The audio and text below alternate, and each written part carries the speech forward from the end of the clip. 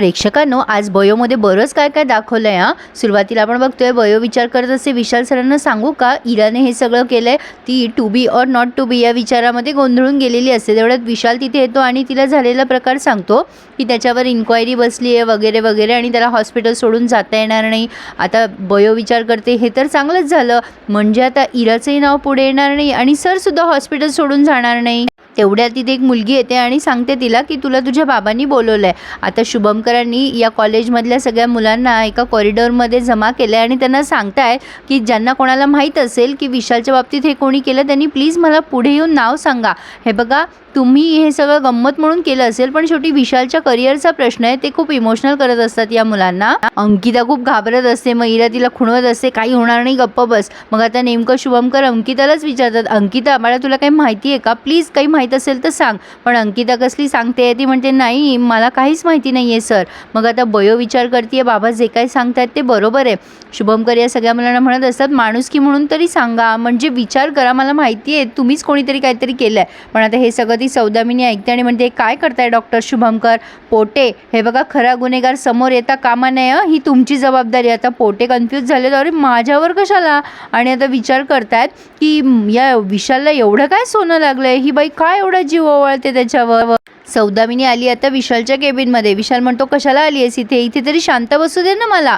सौदामिनी त्याला म्हणत असते हे बघ विशाल, तू गैरसमज करून घेऊ नकोस, पण मी हे जे काही करते तुझ्या भल्यासाठीच करते. विशाल म्हणत असतो माझं भलं मला कळतं. सौदामिनी म्हणते नाही, तुझ्यावरचे हे जे आरोप आहे ना हे सिद्ध झाल्याशिवाय, म्हणजे निर्दोष तू सिद्ध झाल्याशिवाय तुला कुठेही जाता येणार नाही आहे. विशाल म्हणतो मला नाही फरक पडत, मला माहिती आहे ना मी काही केलेलं नाही आहे. सौदामिनी म्हणते पण मला फरक पडतो ना, व्यवहाराच्या दृष्टीने विचार कर. विशाल म्हणतो तू ह्यातही व्यवहारच बघतेस का अजूनही. सौदामिनी म्हणते तुला कळत नाही आहे विशाल, मी तुझ्या आणि माझ्या भल्याचाच विचार करते. अरे शेवटी मी तुझी आई आहे, मी तुझ्या भल्याचाच विचार करेल ना. मी काय सांगते ते नीट ऐक माझं. आता ही पुढे काही बोलणार, तेवढ्या तिथे बयो येते आणि म्हणते सर एका पेशंटला बघायचं आहे. आता सौदामिनी तिच्यावर चिडते आणि म्हणते तू कशाला आलीस ग इथे. बयो म्हणते नाही एका पेशंटबद्दल बोलायचं होतं सरांशी. सौदामिनी विचारते कुठला पेशंट. मग आता विशाल म्हणतो चल सरस्वती आपण जाऊयात खाली. सौदामिनीला खूप राग येतो कारण तिची बोलायची लिंक तुटली आहे ना बयोमुळे, त्यामुळे ती आता चिडचिड करते. विशाल निघून जातो बयोबरोबर आणि ती विचार करते ह्या सरस्वतीला तर मी सोडणार नाही, सगळी हिशोब चुकते करेल मी व्याजासकट. हे असं प्रत्येक वेळेला बोलायची गरज असते का. असो, पण आता बयो त्या विशालला घेऊन आली आहे कुठेतरी, तिथे कोणीच नसतं. विशालच्या लक्षात येतं हिला काहीतरी बोलायचं आहे. मग तो म्हणतो काय बोलायचं सरस्वती तुला माझ्याशी. मग ही सांगते सर मला माहिती आहे तुमच्या बाबतीत हे कोणी केलं. मग विशाल म्हणतो काय कोणी केलं आहे, पण त्याआधी मला वचन द्या तुम्ही हे सगळं कोणाला सांगणार नाही. बरं मग आता कशाला बयो त्या विशालला सांगते बरं. असो, तर आता ही वचन बिचन घेते, पण विशाल म्हणतो सांग मला सरस्वती कोणी केलं हे सगळं. मग ही इराचं नाव घेते की इराने केलं आहे. आता विशाल चिडतो आणि म्हणतो काय इराने केलं आहे, का केलं तिने हे सगळं, काय मिळालं तिला हे सगळं करून.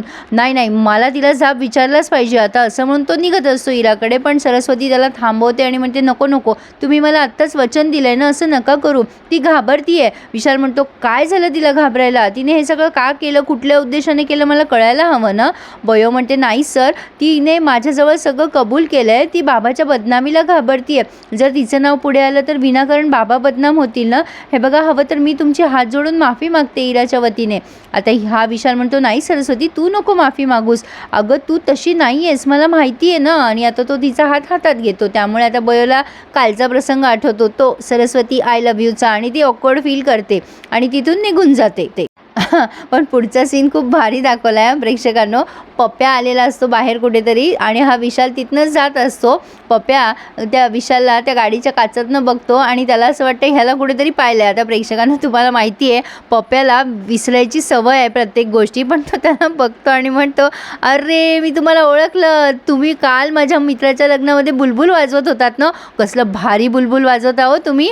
विशाल म्हणतो अरे बाबा नाही रे, मी बुलबुल वाजवणारा नाही आहे, मी डॉक्टर आहे डॉक्टर, तुझ्या बहिणीच्या कॉलेजमध्ये शिकवतो मी, प्रोफेसर आहे डॉक्टर आहे. अरे बाबा माझं नाव डॉक्टर विशाल आहे. मग पप्प्या म्हणतो अच्छा हां हां हां आठवलं. आणि आता त्याला कालचा प्रसंग आठवला आहे पप्प्याला. म्हणजे मला वाटलं होतं प्रेक्षकांनो की हा पप्प्या त्याला सांगेल म्हणून तुम्ही बयोला प्रपोज करत होतात आणि तसंच झालं. आता तो म्हणतो हां आठवलं, आता आले का शुद्धीत तुम्ही, काल तर तुमचं विमान ढगात चाललं होतं.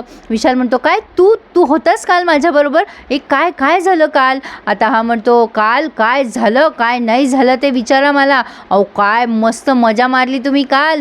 काल म्हणजे एकदम ढगात होते तुम्ही. तुमचं विमान फुल अगदी जोरात होतं. आता विशाल म्हणतो काय काय झालं नेमकं.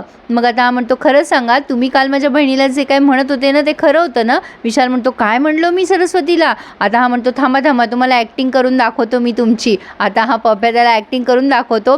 सरस्वती माझं तुझ्यावर खूप प्रेम आहे. सरस्वती आय लव्ह यू असं म्हणत होतात तुम्ही. विशाल ते ऐकतो आणि त्याला धक्काच बसतो. तो काय मी असं म्हणत होतो. आता हा पप्या म्हणतो काय तुम्हाला आठवत नाही का. पण खरं सांगा मला तुम्ही आता पण माझ्या बहिणीचाच विचार करताय ना. खरं सांगा खरं सांगा. विशाल म्हणतो अरे बाबा तसं नाही आहे काही माझ्या मनात पण मी खरंच असं बोललो का रे. पप्या म्हणतो मग तसंच तर बोलत होतात तुम्ही. आता विशालला वाटते अरे बाप रे म्हणूनच सरस्वती काही बोलली नाही सकाळी पण मनातनं त्याला छान वाटते की आपण बोललो आय लव्ह यू असो. पण आता तेवढ्यात पप्याला फोन आला आणि पप्या पुन्हा विसरलाय की हा कोण आहे. म्हणतो तुम्ही डॉक्टर विशाल ना तुम्ही इथे काय करताय. अहो मला मीटिंग येऊ मला जाऊ द्या बरं उगाचच मला थांबून ठेवलं आहे. विशाल म्हणतो अरे देवा याचं काय करावं असो. आता पप्या निघून गेला आहे पण आता विशाल विचार करतो बापरे आता सरस्वतीची माफी मागायला हवी. मला खूप गिल्टी वाटते आता. आणि नेमका बयोचा फोन येतो त्याला त्यामुळे तो आता विचार करतो फोन उचलू की नको सरस्वतीचा.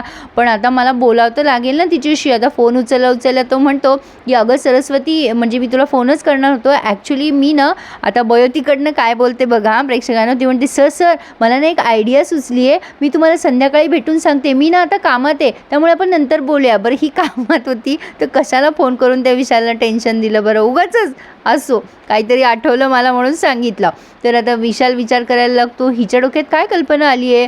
अरे पण आता मी हे गिल्ट घेऊन कसं जाऊ हिच्या समोर. तर पोटे सर या सौदामिनी मॅडमच्या मागे मागे आलेत आणि म्हणतात मॅडम प्लीज म्हणजे मला तुम्हाला विचारायचं होतं तुम्ही जे काही मला काम सांगितलं आहेत ना म्हणजे जनरली कसं होतं की आपण गुन्हेगाराला पकडतो पण तुम्ही काय सांगताय की सोडा असं म्हणजे काय नेमका तुमचा हेतू आहे. तेव्हा सौदामिनी म्हणते माझ्या हेतून जाणून घ्यायची तुम्हाला गरज नाही आहे पोटे. पण पोटे सर म्हणतात असं कसं मॅडम मी म्हणजे तुम्ही मला काम सांगितलं आहे तर नक्की म्हणजे काय नेमकं तुमच्या मनात चाललं आहे ते सांगा ना. सौदामिनी म्हणते माझा हेतू जाणून घेण्या इतपत तुमची पोच नाही आहे. आणि लक्षात ठेवा दुष्यंतला सुद्धा हे सगळं कळता कामा नाही आहे. लक्षात ठेवा पोटे तुम्ही माझ्या विश्वासातले आहात. पोटे सर म्हणतात ठीक आहे पण आता त्यांचं तोंड वाकडं झालं आहे. सौदामिनी म्हणते मी जे काम सांगितलं ते अगदी चोखपणे करायचं. आलं ना लक्षात तुमच्या. पोटे सर म्हणतात हो मॅडम हो अगदी आलं आहे माझ्या लक्षात. कन्फ्युजन होतं पण ते काही दूर झालं नाही पोटे सरांचं. सौदामिनी काही सांगत नाही पोटे सरांना त्यामुळे पोटे सर जरा विचारात पडले.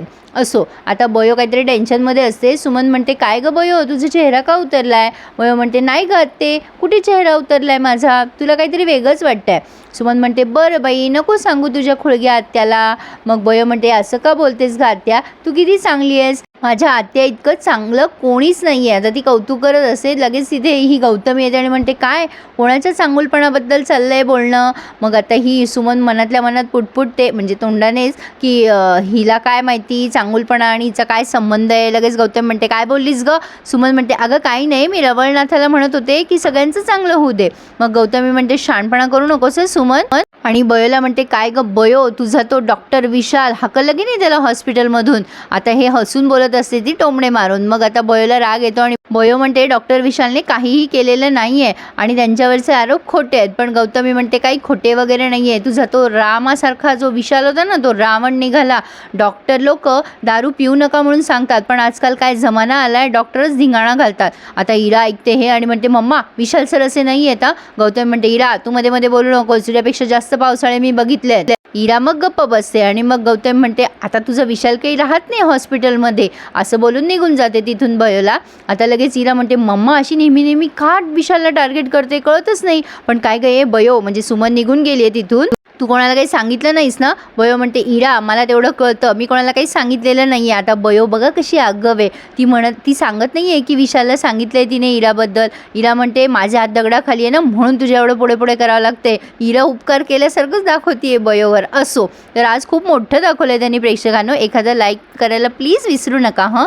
तर आता या मोकल काकू त्यांच्या मुलाशी फोनवर बोलत असतात. बयो त्यांच्याजवळ भाजी निवडायला बसते. मग आता फोन ठेवल्यावर बयो म्हणते दादाचा फोन होता कसा आहे दादांचा मुलगा तुमचा नातू. मोकल काकू म्हणतात अगं खूप धिंगाणा घालतो छोटी मुलं ते धिंगाणा घालणारच. बयो म्हणते, हो ना मोकल काकू, आता खूप मोठा झाला असेल ना तो.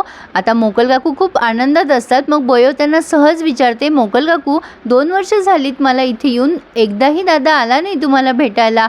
नाही म्हणजे काही अडचण आहे का? आता मोकल काकू खूप इमोशनल होतात. त्यांना खरं तर बयोला सांगावंसं वाटते, पण त्या सांगत नाही. त्या म्हणतात, अगं नाही गं, तसं काही नाही, म्हणजे त्याला सुट्टी मिळत नाही, नाहीतर आला असता तो 2 वर्षात एकदा तरी.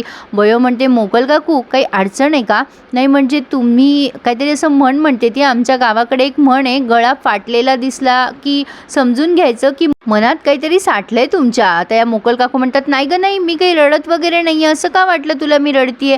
बरं कुठली भाजी करतेस तू? बयो म्हणते, कांद्याची पात करणार होते, पण तुमचे अश्रू बघून आता ते नाही करत. मग या मोकल काकू म्हणतात, एक काम कर, मेथीचीच भाजी करणं. बयो म्हणते, काय झालंय मोकल काकू, तुम्ही माझ्यापासून काही लपवताय का?